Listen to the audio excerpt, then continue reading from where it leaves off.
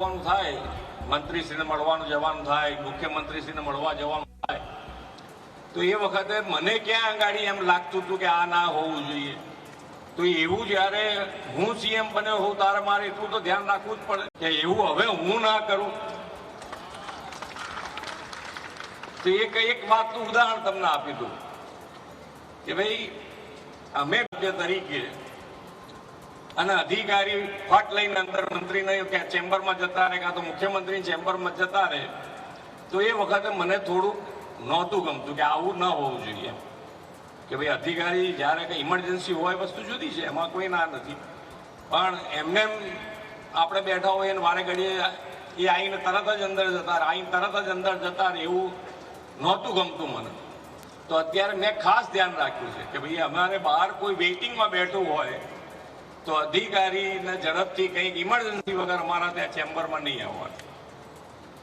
એવી રીતે તમને અહીંયા બેઠેલા દરેક વ્યક્તિ તમારા અનુભવ લઈ લેવો જોઈએ કે કોને ક્યાં તમને નથી ગમતું અધિકારીની ચેમ્બરમાં, કોને શું કામ પડ્યું ગયા તો એને શું કામ ગયા તો એમને અધિકારીનો કેવો વ્યવહાર ના ગમ્યો, એના ઉપર જો તમે ધ્યાન આપો તો મને નથી લાગતું કે તમે જે સર્વિસ આપશો એ તમારા માતા પિતાના સંસ્કાર, સંસ્થાના સંસ્કાર, તમારી જ્ઞાતિ, જાતિ, ધર્મ, જે પણ સંસ્કાર તમારી સાથે જોડાયેલા છે બધાને તમે ગૌરવ અપાઈ શકો એવી આ સર્વિસ છે. પણ રોજગારીની વાતોમાં એકલી સરકારી નોકરીમાં કેટલા ટકા વધારો કરી શકે? કોઈ બીજું બેઠું હોય કે હું બેઠો હોય કે XYZ બેઠું હોય, તો કેટલા ટકા નોકરી સરકારમાં મળી જાય?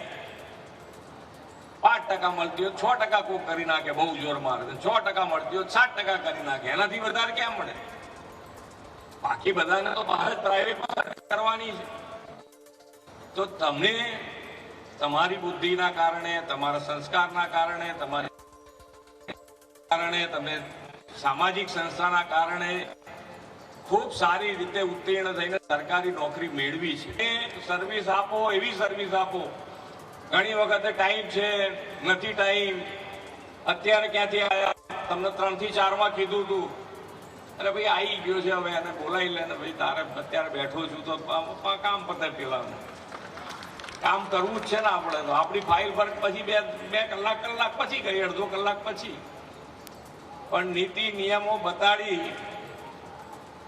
નિયમો બનાવ્યા છે બધાએ કે આપણા સારી રીતે સુશાસન ચાલે એના માટે બનાવ્યા છે. પ્રજાજનોની હેરાનગતિ ન થાય એના માટે નથી બનાવ્યા. પ્રજાજનોની સુખાકારીનું ધ્યાન રાખી અને આપણે આગળ વધીશું.